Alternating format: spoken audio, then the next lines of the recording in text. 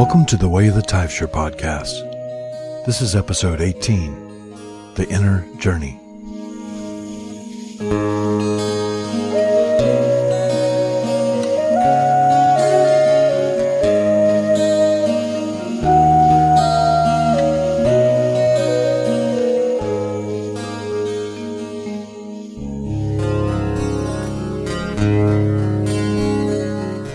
This week's Celtic goddess is Anya.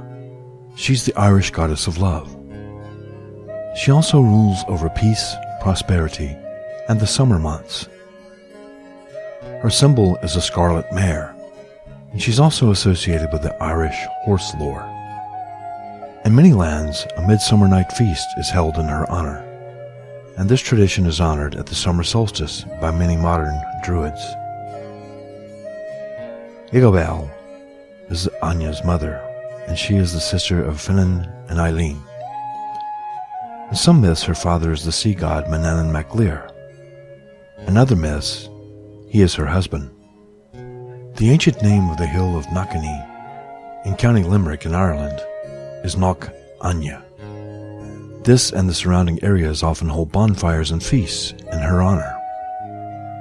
Just as the Holly King and the Oak King represent lighter and darker portions of the year, so do Anya and Grian. Anya, a sun goddess, rules over the lighter half of the year, and Grian is the dark goddess who rules over the winter sun. Plants associated with Anya include the blackberry, hawthorn, and mistletoe. Her sacred animals include crows and other black creatures. Invoke Anya in matters of romantic love, enlightenment, and prosperity.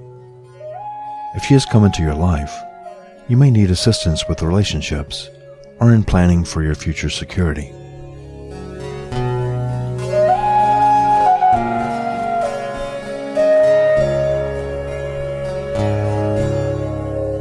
The first triad of the Order of the Taibhsear is the Triad of Earth Path, Sun Path, and Moon Path. The Earth Path involves being grounded and rooted in nature. It's about how we deal with nature and how she deals with us. The Sun Path is how we seek the inspiration of the imbas, or the awan, by celebrating and reflecting upon the wheel of the year. The Moon Path is where we focus on the light of the divine within ourselves. The first triad of the Moon Path involves meditation, dream work, and shamanism, or vision seeking. The word Taibhsear means vision seeker. We will discuss each of these separately. We should first establish some general principles for the inner journey of the Moon Path. Why do inner work in the first place? Many of us carry a vision of who we would like to be. We also carry a vision of who we perceive ourselves to be at this moment in time. The humanist psychologist Carl Rogers called these two visions the ideal self and the real or perceived self. At the times when we do not feel at peace with ourselves because of some anxiety, stress, or depression, it is most often due to a conflict between our vision of who we would want to be and who we actually perceive ourselves to be. In other words, we experience a conflict between the ideal self and the perceived self. Let's return for a moment to our metaphor of the wheel of the year as a balancing force between the powers of chaos and order, as we discussed in past podcasts. From this perspective, the ideal self represents the power of order, and the perceived self represents the power of chaos. The way to strike a balance between these two powers is to introduce a little chaos into the order, or to introduce a little order into the chaos. What would this balance look like in actual practice? If conflict and inner turmoil are arising within you because of the gap between your ideal self and your perceived self, then the way to achieve a balance would be to narrow that gap or to close it completely. Suppose, for example, that your ideal self is a person who is organized, punctual, and capable of completing multiple tasks at once during a day. On the other hand, your perceived self, or the person you see yourself as, is not very organized, always late, and incapable of meeting all the goals you set for yourself in a day. The conflict within you has arisen in this case because you've set impossible standards for yourself, yet you feel you should be able to meet those standards anyway. One way to find a balance in this situation would be to realize that your ideal self doesn't have to be perfectly organized and punctual all the time, thereby allowing a little chaos to enter into this perfect order you've established for yourself in your vision of your ideal self. Another way to introduce balance is to impose a little order upon the chaos of your perceived self by taking the time to plan better so that you're more able to meet the schedule set by your ideal self. The ultimate goal of the inner journey of the moon path is to strike a perfect balance between the ideal self and the perceived self. This is the triad of ideal self, perceived self, and individuation. Individuation in this case means that you have achieved a state of balance and integration between your persona and your shadow, or between chaos and order. The more you learn about your own inner wants, needs, and desires, and the reasons for them, the more you will draw closer to achieving the balance of individuation. In short, if you can change your thoughts and feelings, you can change your world. But in order to change your thoughts and feelings, you must first know what those thoughts and feelings are. The moon path is a way to learn about your thoughts and feelings so that you may change them if you choose to. Another triad of the moon path is acceptance, change, and wisdom. The Serenity Prayer says, God grant me the serenity to accept the things I cannot change, courage to change the things that I can, and the wisdom to know the difference. There are many things we may wish to change about ourselves and about the world. We may even be able to change many of them. But those things we cannot change, we must learn to accept. If we do not, then we will be endlessly frustrated by attempting the impossible. Of course, it can be very difficult to tell which things we can change and which things we cannot. This is where the wisdom enters into the picture. One purpose of the moon path is to gain enough inner wisdom to be able to know the difference between the things we can change and the things we must accept. One way to gain such wisdom is to consider the triad of past, present, and future. Think for a moment about the last time you were anxious or stressed out. Do you remember what caused you anxiety? Did the cause of your worry have something to do with an event that happened in the past, or an event that might happen in the future? Until someone invents a time machine, or until Doctor Who comes along, there's no way to go back and change the past. So worrying about something that has happened in the past is counterproductive.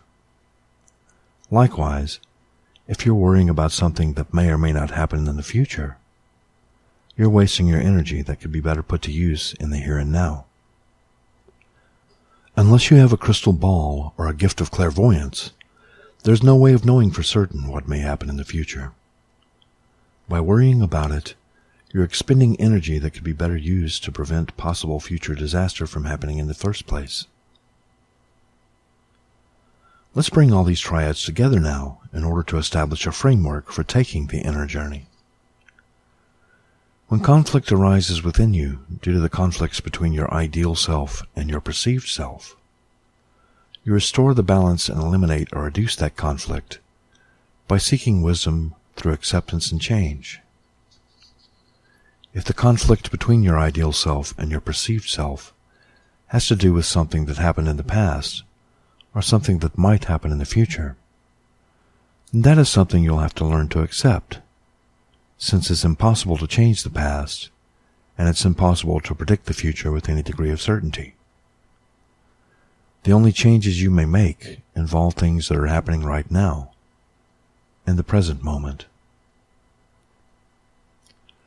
Remember, as you set out on the path of making changes in your life, that you cannot change anyone but yourself.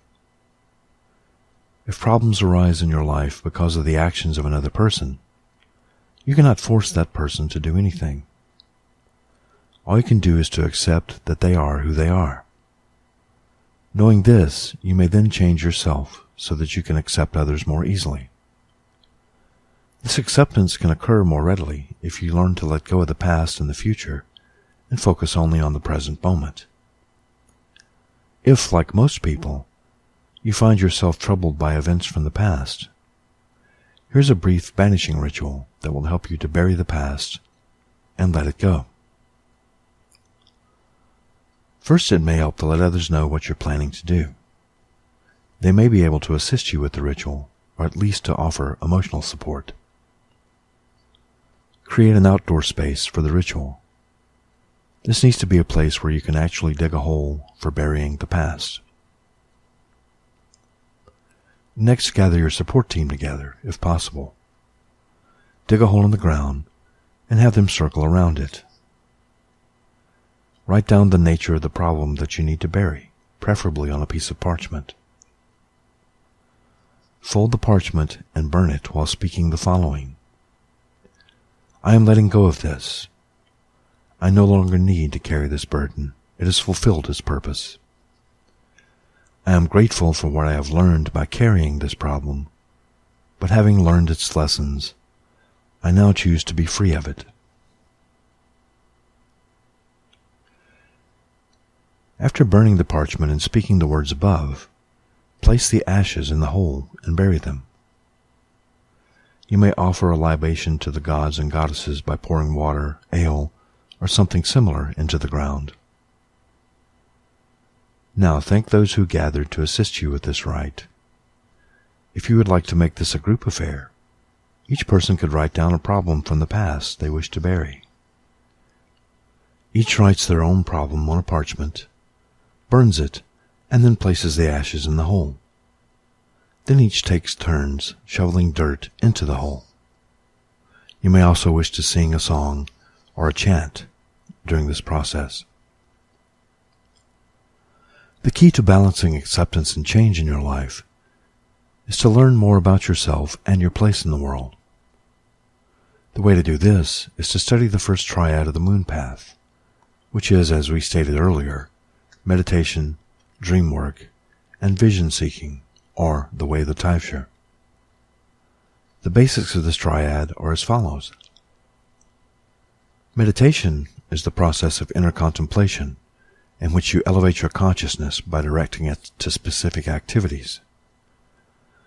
Druid and Taibhsear meditation is not about transcendence. It's more about being present in the here and now. There are two basic types of meditation: active meditation and passive meditation. Passive meditation is about leaving doing mode and moving into the being mode of existence by leaving thinking mode and entering sensing mode.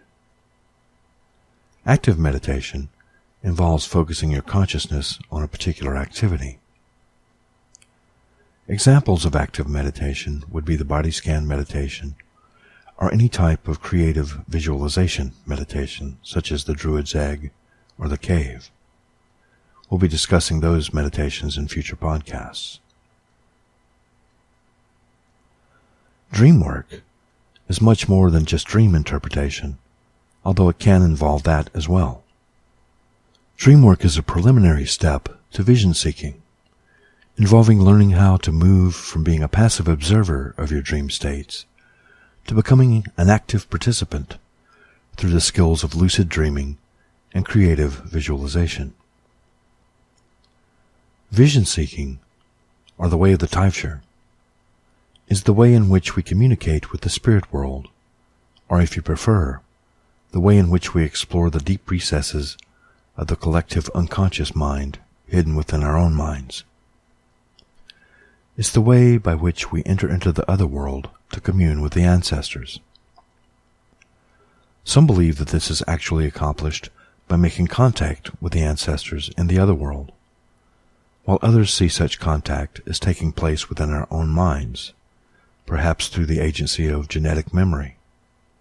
At any rate, it's the way that we seek wisdom from the divine ancestors. There's one other thing we should discuss before moving on to the mechanics of the moon path, and that's the concept of self-identity. René Descartes is famous for his assertion that I think, therefore I am. A Taibhsear would probably ask Descartes, does that mean if I stop thinking, I cease to exist? One of the lessons of the moon path is this: you are not your thoughts. Everyone is troubled with dark or negative thoughts from time to time. This doesn't mean that we have to act on those thoughts, nor does it mean that if we have an occasional bad thought, that we have become a bad person. It also means that when you have a thought or feeling, you don't have to believe that that thought or feeling is true. Thoughts are just processes of the brain. You're more than your brain. If you don't believe this, just stop thinking sometime and see if you disappear. For this week's activity, we're going to do a banishing ritual. Think of at least one thing in your life that you'd like to be rid of, and practice the banishing ritual we already talked about earlier. If you choose to write about this experience in your journal, you don't have to mention what it was that you chose to banish if it's too personal. Just write about the experience of practicing the ritual and whether or not it was effective in banishing the thing from your life.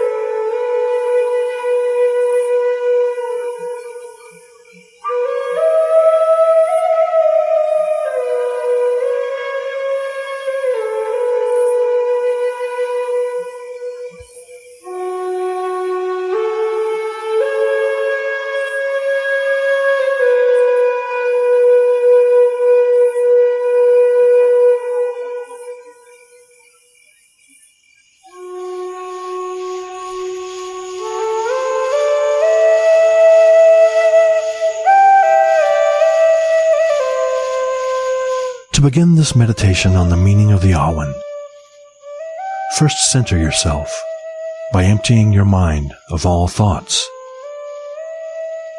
Let go of the cares and the worries of the day by leaving thinking mode. Allow yourself to enter sensing mode, not thinking about anything in particular, but instead focusing only on the information your senses bring to you.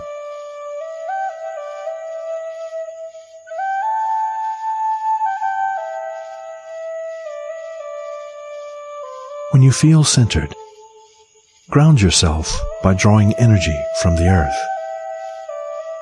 To do this, visualize the earth's energy as light rising up from the earth to join and mix with your own energy. When you can feel the earth's energy weaving with your own, you're grounded and ready to seek the Awan.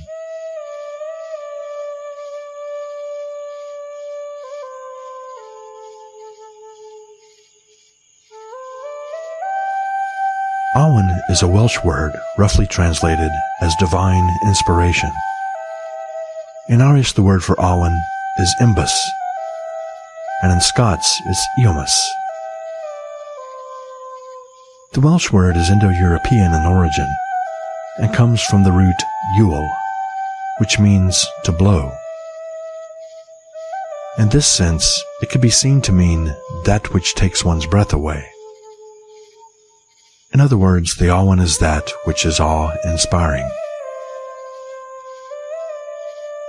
The Awan symbol consists of 3 descending rays. The most basic interpretation of this symbol is 3 rays of divine light descending to the earth, bringing inspiration. The Awan icon may also represent Briad's flaming arrow of poetic inspiration. The Awan is one of the most meaning-rich symbols in most Druid traditions. Sometimes the 3 rays are topped with 3 dots.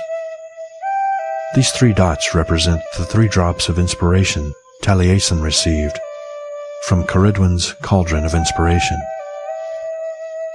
These 3 drops led Taibhsear to be a great bard. There are many interpretations of the symbol. The 3 lines can represent earth, sea, and air, or sun, moon, and earth, our body, mind, and spirit, our love, wisdom, and truth. There are no right or wrong interpretations. Inherent in the idea of the Awan is the concept of the union of opposing forces in balance. Each individual Druid derives his or her own meaning from the symbol. Meditate for a moment on what the Awan means to you.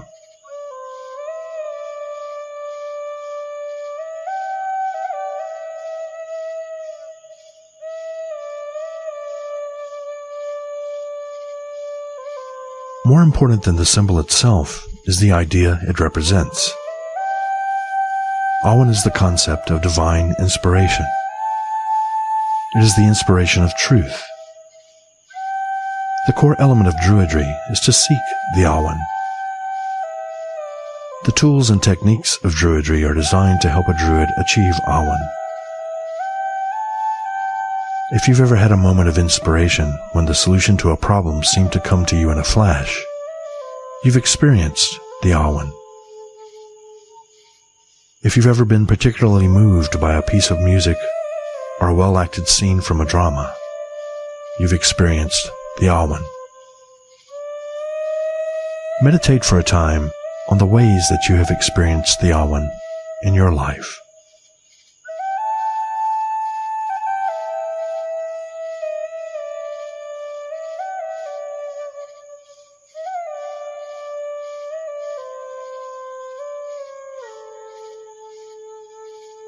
One of the triads of the Awan is emotional mind, rational mind, and wise mind.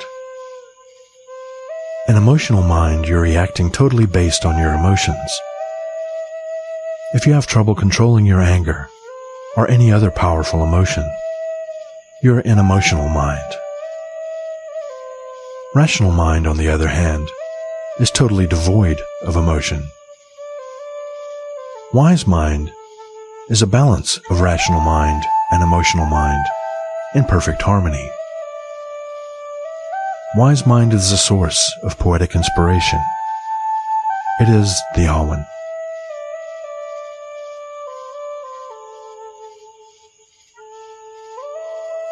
The Awen also represents the balance between chaos and order. As you meditate, consider the forces of chaos in your own life. Chaos is the birthplace of inspiration and new ideas and creativity. How have you experienced chaos in your life?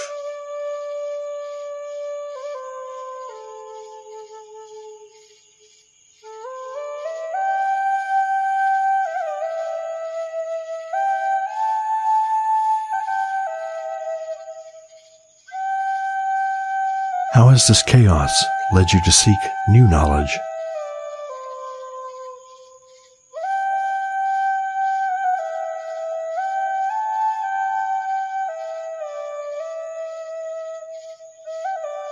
How has chaos led you to see things in a new way?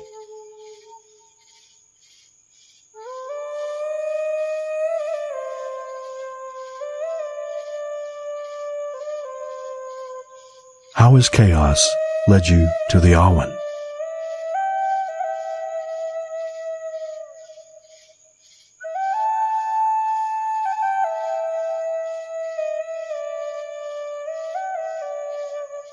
Now consider the forces of order in your life.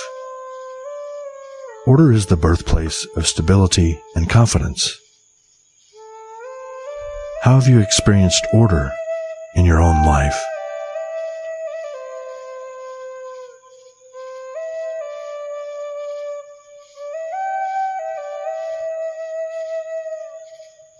How has this order led you to new knowledge?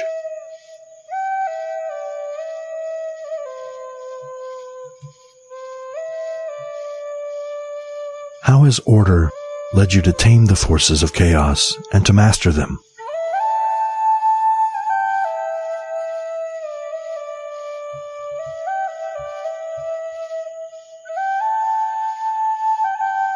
How has order led you to the Awen?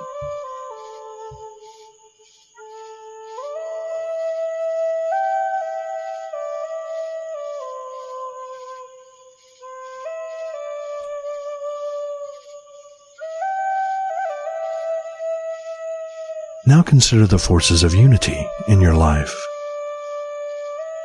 These are the forces that allow you to blend chaos and order into the perfect balance that is the Awen. These forces manifest in a sense of connection to life, to love, and to all life in the universe. How have you experienced unity in your life?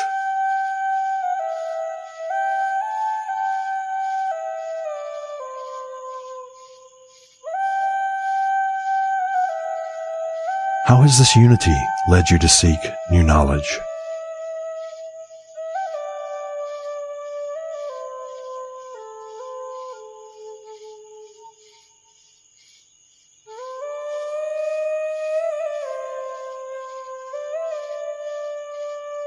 How has unity led you to see things in a new way?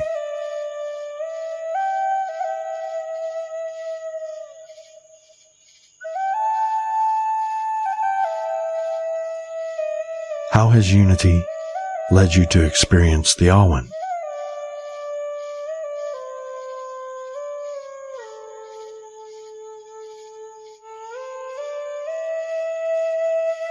Now spend some time in quiet contemplation of the unity of chaos and order that is the Awen. What does the Awen mean to you?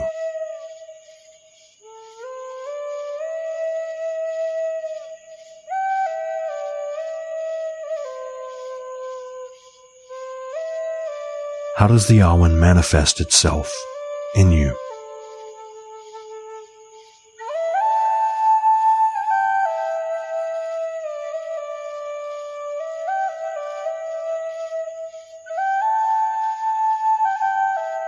As this meditation draws to a close, consider the lessons you have learned in contemplating the awen.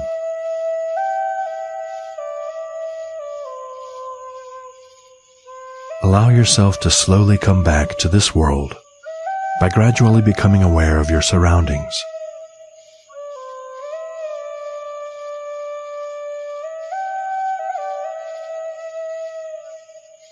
When you feel you're ready, open your eyes, taking with you the unity that is the awen.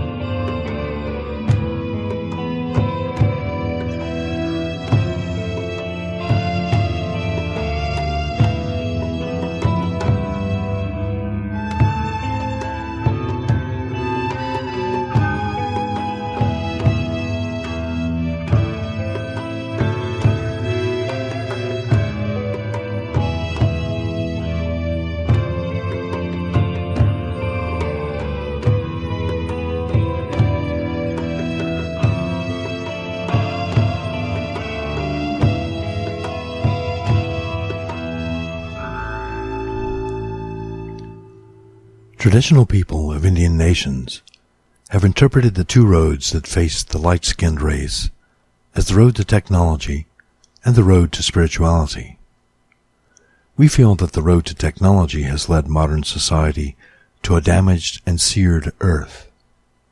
Could it be that the road to technology represents a rush to destruction, and that the road to spirituality represents the slower path that the traditional native people have traveled and are now seeking again? The earth is not scorched on this trail. The grass is still growing there. William Kamanda, Mamawanini Tribal Elder. With issues like global warming, overpopulation, pollution, and depletion of our natural resources, and peak oil looming on the horizon, it's clear that we cannot continue with a business-as-usual approach to life on this planet without major future consequences. The economist Adam Smith, in his work Wealth of Nations, suggested that in a free market economy, change occurs because people in that market have a vested interest in making the change. In layman's terms, when faced with an economic decision, people generally ask, "What's in it for me?" Unfortunately, a lot of the time we tend to focus on our present short-term goals rather than on farther-reaching future goals.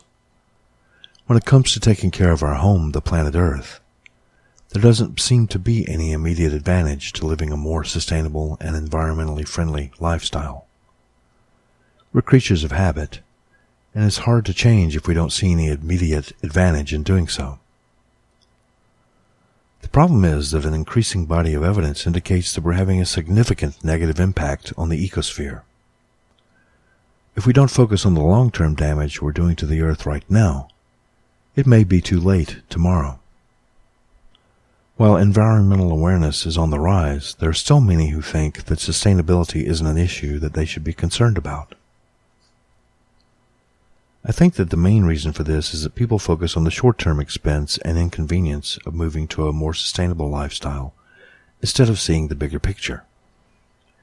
Building greener homes, driving greener cars, and using more energy-efficient appliances can require more money to start with, but over time the savings can add up, and a sustainable lifestyle can pay for itself many times over. But before this can happen, we need to recognize and realize the benefits. What's needed, in my opinion, is a paradigm shift. We can evolve to a more sustainable way of living, but it means switching to resources that can be replenished or recycled instead of depending on resources that are being rapidly depleted. It also means seeing ourselves as part of the life cycle here on Earth instead of as a separate thing from nature. Our culture will have to grow to adapt to make this happen. We will need a new culture, one that's sustainable without being uncomfortable, spiritual without being dogmatic, and artistic without being exclusive. All culture is a process, and I think the best process of creating a culture is to create one consciously and deliberately. I also believe that the rise of paganism throughout the world reflects a need for such spiritual culture change and an awareness of what we're doing to the planet and to our futures. A crucial step in making this paradigm shift and creating a new culture is to transform our colleges and universities into institutes of environmental education. Environmental programs at colleges throughout the world are on the rise. So are dorms and other facilities designated with environment in mind. Colleges and universities have realized the value of billing themselves as green places. Most new college buildings are being built under LEED standards. LEED is an architectural design principle that focuses on environmental sound practices. There's also an increasing awareness of the need for programs and majors relating to sustainability and permaculture. According to the Association for the Advancement of Sustainability in Higher Education, over 100 majors, minors, and certificate programs were created at American colleges and universities in 2015, with focuses on topics like renewable energy and green technology. The heightened interest in environmental education is a good sign that the paradigm shift is occurring. If you or your friends or family members are considering a career in an ecological field, you might want to investigate some of these measures. If you would like to explore the possibilities, a good place to start would be the Environmental Education Directory. That may be found at www.enviroeducation.com. The site offers a comprehensive directory of environmental schools and programs. Ultimately, with a little creativity and imagination, almost any degree can be used to promote a sustainable future. Another trend on college campuses throughout the world is the move towards green buildings and facilities. Universities and colleges across America are going green.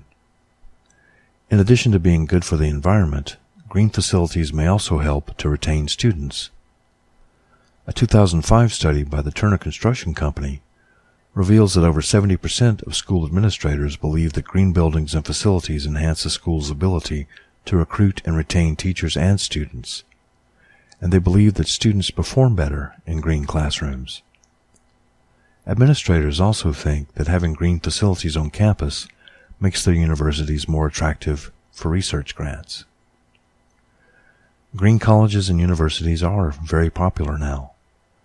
As universities with ecological facilities and environmental education programs continue to attract more students than their more traditional counterparts, you can be sure that our institutes of higher learning will continue to go green. And as they do so, they will help us with the paradigm shift towards a more sustainable and environmentally friendly future.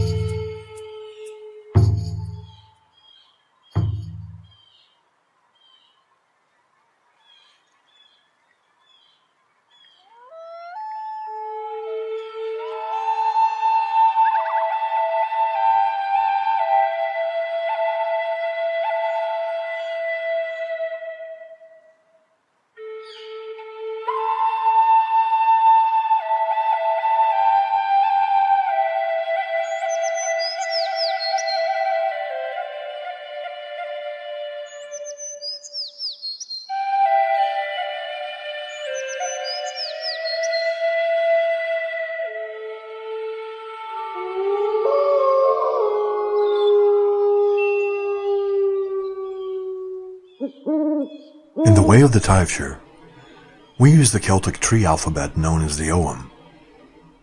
In this section of the podcast, we will present one character of the Ogham each week, offering information on the meaning of each letter of the Ogham alphabet, trees associated with each letter, the healing and magical properties of each tree, gods and goddesses associated with each tree and letter, and the divinatory meanings of each letter of the Ogham.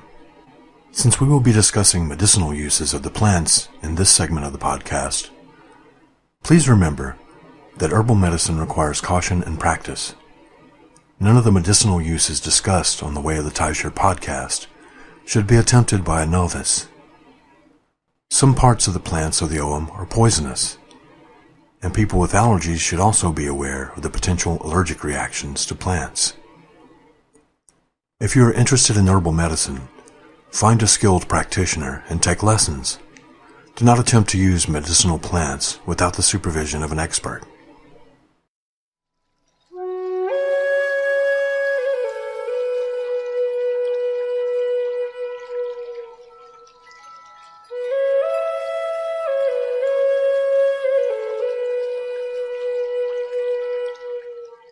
The letter R of the Ogham alphabet is represented by Ruish, the elder tree.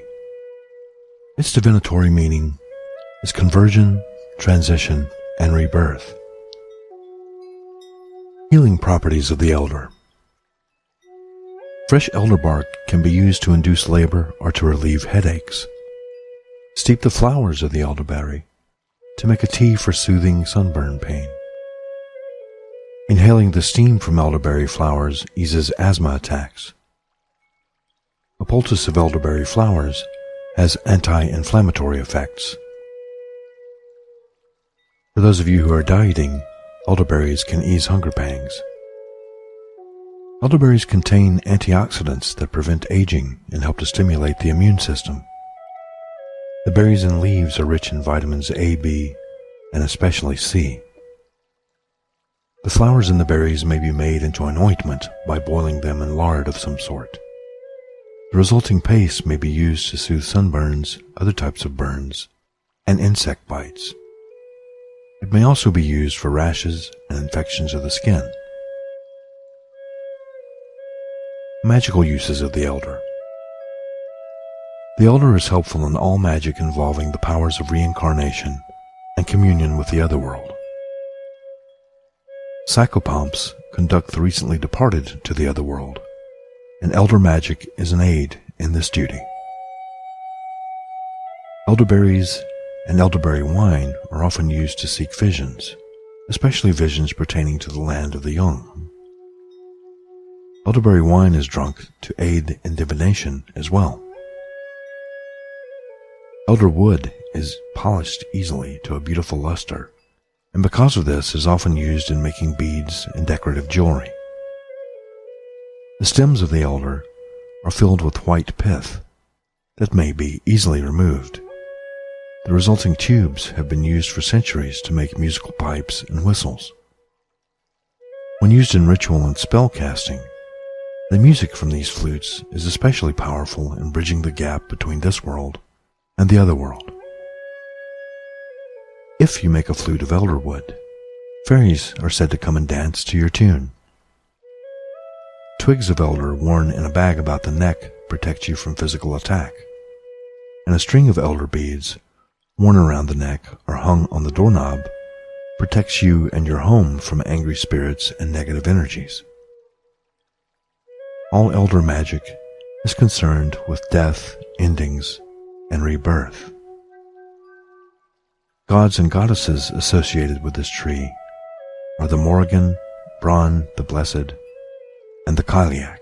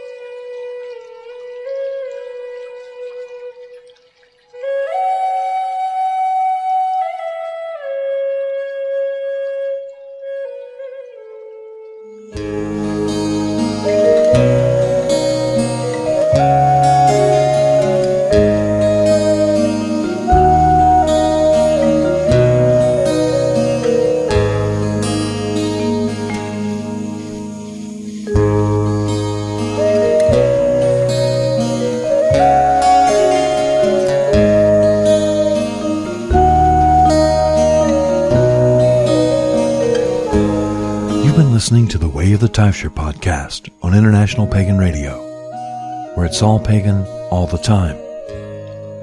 This has been episode 18, The Inner Journey. Music on this episode featured Autumn Mists by Shenka the Vate from the album Mist on the Mountain, now available on Amazon, iTunes, and most major media outlets.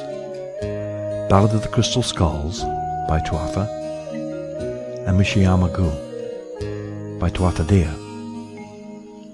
The Way of the Taibhsear is the official podcast of the Order of the Taibhsear. You can learn more about us at Taibhsear.com.